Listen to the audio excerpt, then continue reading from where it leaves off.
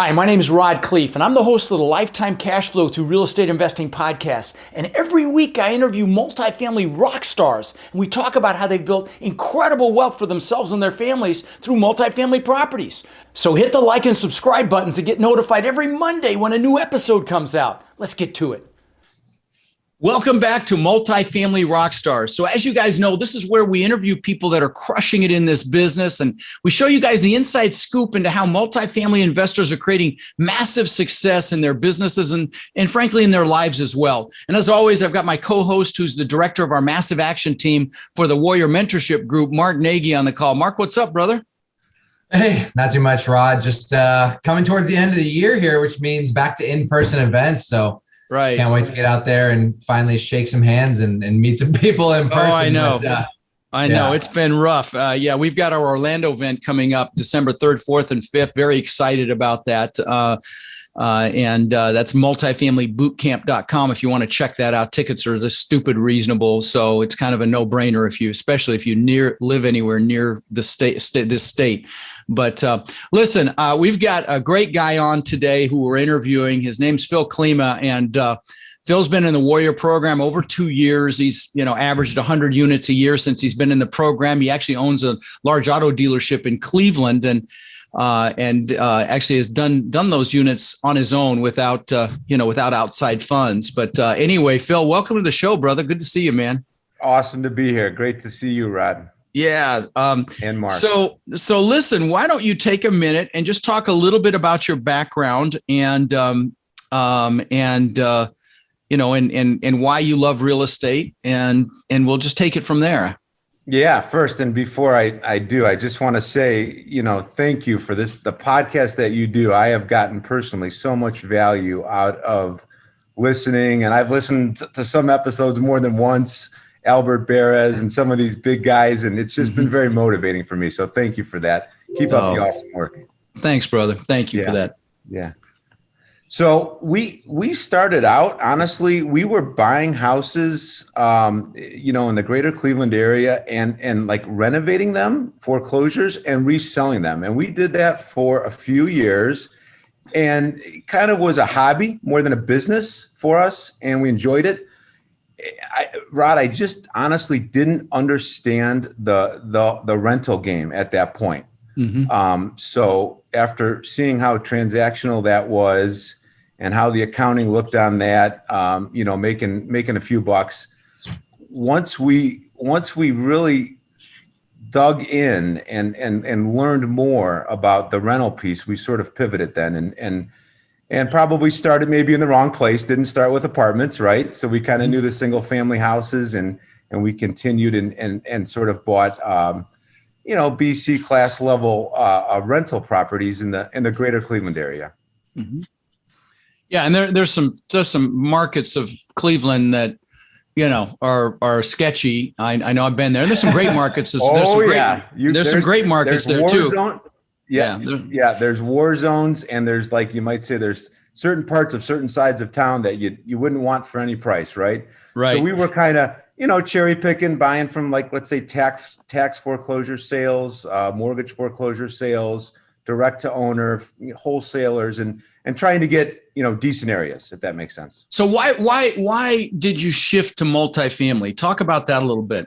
Yeah. So in the beginning, again, just frankly, not knowing, before I was with your mm-hmm. Warrior group and some other masterminds, I thought that the best way to approach this was to go and buy these rougher foreclosures and use cash. So we were doing that, and we were getting good deals. We would buy a house in the greater Cleveland area. It might have been $30,000, $40,000. We'd get it rent ready, whatever that looked like, $8K, sometimes $10K, $15K. And we were getting $800 or $900 a month rent. And we're like, wow, that's pretty good. Mm-hmm. We got up to about 30 houses that way in a pretty short time. And then we had the opportunity to do one deal and get 31 units. It was a mix of like singles and doubles with a bank loan. And once we did that, we really realized that, okay, we just did one deal. We signed some loan papers. We went from 30 to 61 in one day. So so it was kind of an eye-opening experience for us. Yeah. Now, I was actually wanting to go a little deeper than that because you've got, significant revenue from your car dealership. So, you've got the blessing of that. I know you've been in that business with your father for 20 years now, I think, if I read right. Yeah, and correct. And so, what else about real estate do you love? Why did you even bother with it? I guess, let me ask it that way. So it's a great question. So Rod, as we grew our auto business, we never were like big guys that were in the stock market, all this crypto stuff, and that's great. And God bless the people that are killing it there. But we were always so focused on our auto business, and we were fortunate, and we still are, and we're blessed. And it's always been a very healthy business. But with that, there's a big tax piece. That's what I was looking for. Yeah, okay. Yeah, you got it. You got it. All right. So, yep. So that was one big thing, and sure. and just when we got into real estate and really started learning the buy and hold thing, we could see what would happen to the balance sheet, right? Mm-hmm. Yep. Yeah. That's it. That's it. And the tax benefits for someone in your position are just incredible. Incredible. Right. Yep. So, what suggestion would you have for someone? I'm stealing all the questions here, Mark. I'm sorry. What suggestions would you have for someone starting out in this business? We've got a lot of people that listen that haven't done a deal yet. So, what might you tell them? Well, here, I think for us, it was really beneficial to sort of get out there and pivot from, we were doing nicer renovations, suburban type homes, little higher end type stuff, to pivoting into that like BC class. And I learned so much just by doing, a few houses, half a dozen, up to a dozen, just about the rehab process, the property management piece in that class. It's a different experience for 6 months or a year. And so for us anyways, this is not a blanket statement and maybe wouldn't work for anybody, but for us, just kind of like getting our feet wet, getting our hands dirty, if you will, was a big benefit. Yeah. Totally. That's how a lot of people, really get acclimated to this business. And it's a great framework for multifamily because the same things apply. So, yes. Yeah. Well put. Yep. So Phil, one of the biggest things that I always get that my team and I, when we're talking to people that are looking to get into this business, is time, right? I got a full-time job. I got a business. How can I start this thing? How did you go about finding the time to build this business, being so busy, running a car dealership? Yeah, well, it's a great question. I'll tell you, we were very hands-on in our auto business. And I think that between having some good mentors, some good friendships with some people that were helpful. One person in particular is a wonderful friend of mine and mentor, and then my father, and just good people around us. You just sort of make it happen. I told my wife, we've got 2 young kids. I told my wife, I said, look, we're going to be working 7 days a week. I'm going to be on the phone at night. And I had a lot of nights coming home after 7 or 8 o'clock at night from the store and putting in another few hours worth of work. And that just compounds month after month after month, looking at deals, underwriting deals. You just got to make it happen. Yeah. There is some sacrifice. I mean, and you've got to recognize there's going to be some sacrifice. And one of the things I teach at my boot camps and with my warriors is to make sure they don't lose sight of what's most important as well. And i.e. their children, their spouses, and make sure they carve out time for them. And as you know, Phil, so let me ask you this. What would you say is the most challenging part of this multifamily game, or what did you encounter as the most challenging, if anything comes to light when I ask that question? Well, yeah. So when I first began to get some really good relationships with some local bankers, I kind of could read through the tea leaves and see that if we wanted to start buying larger buildings, 60, 70, 80 units, 90 units, it's kind of our sweet spot. that they felt a lot more comfortable that we had a schedule of real estate with 60 plus units. Because after we bought that last deal, we had bought a little 6-unit. So we had almost 70 units, and it kind of comforted them that, hey, you know what? These folks have almost 70 units and they're looking to buy a 72 unit building. It was a lot simpler, for us without going in with a big team of people. Well, so how that would equate to someone that doesn't have that many units would be align with somebody that does. Okay, yeah, and right? What you teach, exactly right. What you teach. There's so many fantastic people, I think, in the Warrior program, and with different skills. Right. And it's just there. Just go get it. And a lot of units too. I mean, I don't know if you know this, Phil. I believe we're over 45,000 units owned in there, and I haven't even been teaching 4 years yet. So I'm super proud of that. So there's a ton of units in there too. So you can align with people that have some. I don't care if it's in the Warrior program or not, but you align with people that have some units, and then you've got credibility, not just with the bankers, with the brokers, with potential investors and everybody else. And that's kind of what I was looking for. You've said it so many times that it's a team sport, and you've said it hundreds of times. And if people learn that early on and that sinks in, I think that's a huge piece. So on that topic, Phil, obviously, I know you mentioned earlier, I think you said you had about 80 or 90 units before you joined the Warrior Group. Now you're at 300 plus. So you had some doors before you came on our team here, right? What was the shifting point that made you decide, hey, I don't want to just continue to do this on my own and I want to join a group? What was your thought process like there? So that's a great question. I had set some sort of modest goals, cash flow wise, just concrete goals, like we all do, right? And I think our first goal was we had said, hey, if we could net $10,000 a month from this little rental business, that would be really great, right? We live in Greater Cleveland.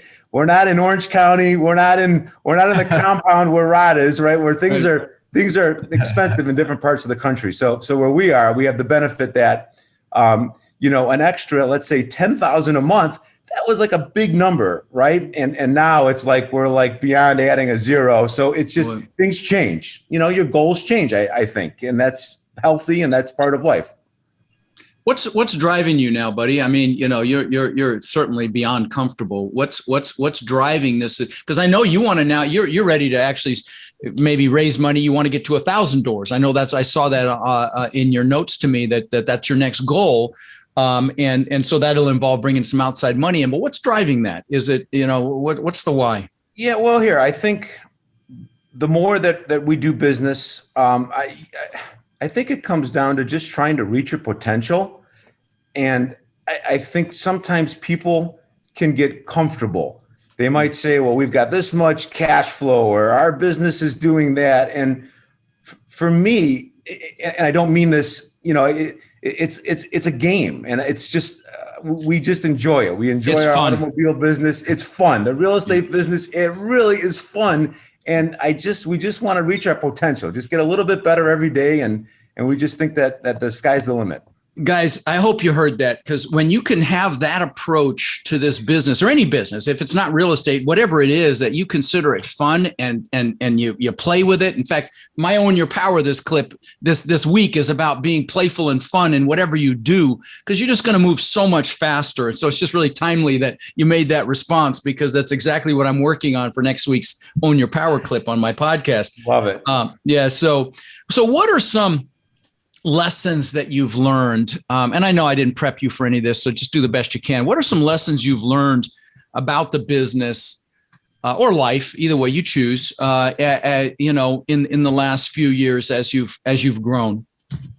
Well, so a couple pieces to that. I think, I've learned when we take over a building, we'll always initially try to maintain the staff, that is with that building. Sometimes it's one office manager type person and like maybe one maintenance person even, right? And they're subbing out some. So we'll always try to do that and give them the benefit. And in most cases, I think that's worked out well. But in other cases, I think that we've been kind of taken advantage of, honestly. And even maybe the prior owner may have been taken advantage of and knowing it or not knowing it. So you need to really know your buildings, and from our space, when you're not thousands of doors into this, you need to know your buildings. That would be one thing, and know the people that are working there to make sure that they have, your best interests in mind.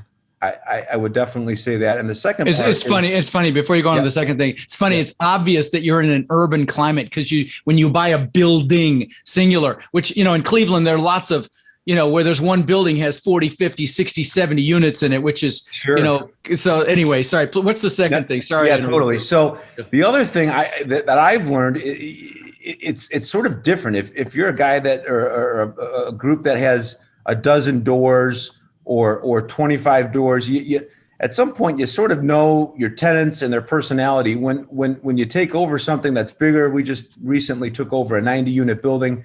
There's a lot of humans. When you buy a 90 unit building, there's a lot going on. A lot of families. And it doesn't matter. We always walk all of our units, and that's real important to us. And it doesn't matter how much due diligence you do. Once you close, and then the first month goes by, and you start seeing some rent not coming in. So I've really learned too the importance when you take a building over.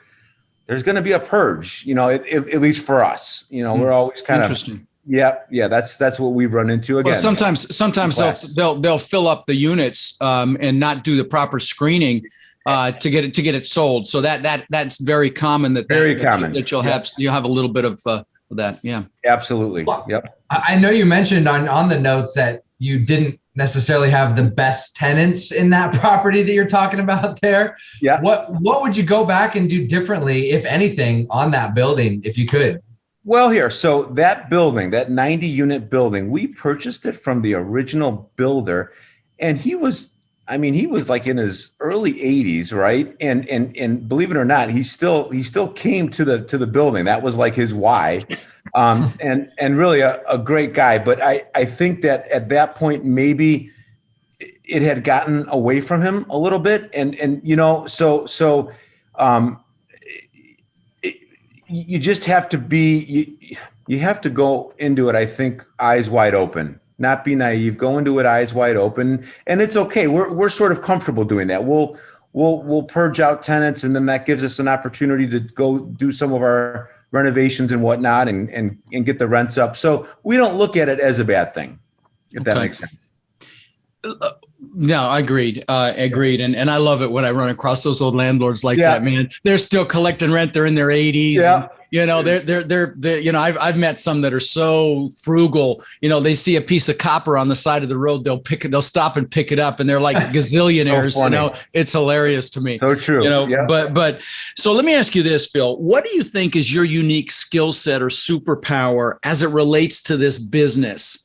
You're in the auto business, so sales is, that's like, you live, eat, and breathe sales. Now, maybe you're not in that piece of the business. I don't know, but so I'm pre-framing this because, those of you listening, that there are different places that you can add value into this business. You can be the sales, it can be the analytics, it can be the process, the asset management, project management after the fact. It can be, raising equity, building relationships with brokers, so on and so forth. So what is yours, Phil, or what combination of skills do you bring? Because I know you're a small team too. Yeah, we're small. Well, it's certainly not the analytics. I'm not the guy that loves to get, jump into the Excel spreadsheets. That's just not my mindset. I think the sales piece. So we will try to find buildings, and go direct to seller. So there's no broker involved. And we've had, we're not buying a building a month or anything like that. So we've had success getting in front of sellers where there might be another couple of groups or people and being able to win a deal. But nothing crazy. Just okay. Hold on. Before you move from that, what do you think separated you from the other potential purchasers? Was it your sales ability? Was it your ability to build rapport? Just elaborate on why you think you were successful versus those others. Okay. So honestly, I think the rapport piece is certainly huge. Right. And taking the time to listen to the seller, right? I think that's a big deal. just being sincere and being genuine. No, just I can't stress that enough. That goes so far. You cannot fake sincerity. The sellers see that, and so maybe that's been one of the things that's huge. That's so freaking huge. Don't try to be something you're not, guys. Yes. You're out there talking to a seller. Just be yourself with all the bumps and bruises and, oohs and, that's, don't try to be so polished because it doesn't work. Just be real. Love it. That is great advice. Yep. So Phil, if you were to go all the way back to before you got into real estate, and we took away all the money, the car dealership, maybe you just have a regular 9-to-5 job, but you have your knowledge that you have today. What do you think you would do to get started? And what do you think that our listeners should do to get started that are maybe in that scenario to where they're just working a regular 9-to-5 job and don't have a ton of income coming in to buy these deals? Well, that's easy. So it's the education piece, right? So I lost a number of years. Again, I wasn't doing anything wrong. We were doing these buy, fix, and sells, or focusing on these small single family assets. So get into a group, your group, Rod's group. If it's not that, another one. Get into a mastermind. Go to meetups. And I know we hear this a lot, but it is so true. Get in, get active, be involved, contribute. However you can contribute. Does not have to be with money or your balance sheet or however you can contribute. And I think that really magical things can happen, just to do that.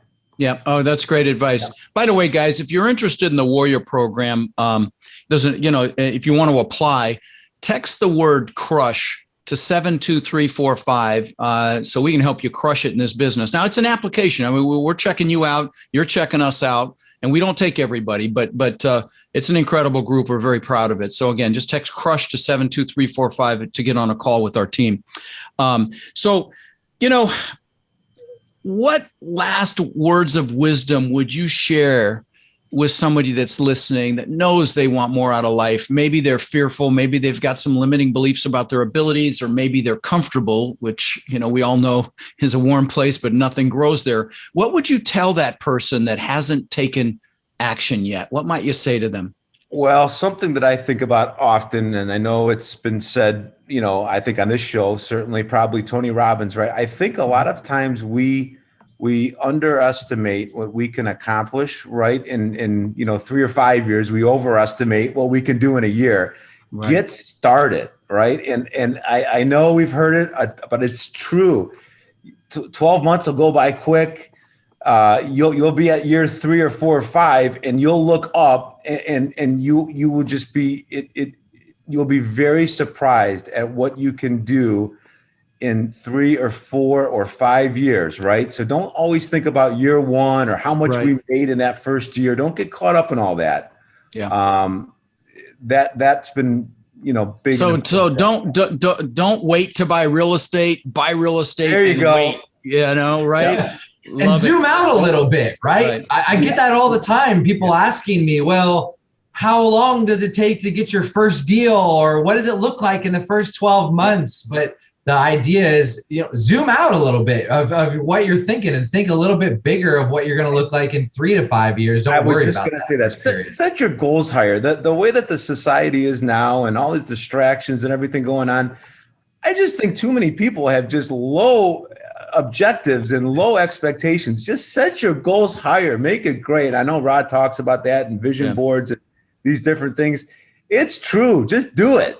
Yeah, it works. It works. Yeah, it works. Yeah. Well, thank you, brother. I really appreciate you being on the show. It's great to see you. I need to get my butt back up to Cleveland. We almost bought a deal in Shaker Heights and love that area. Really missed out on that one, but it's great to see you, buddy. And I know we've got our Warrior Only event coming up here in Sarasota. I don't know if you can make it. Would love to see you there. And then, of course, we've got the December boot camp as well in Orlando. But anyway.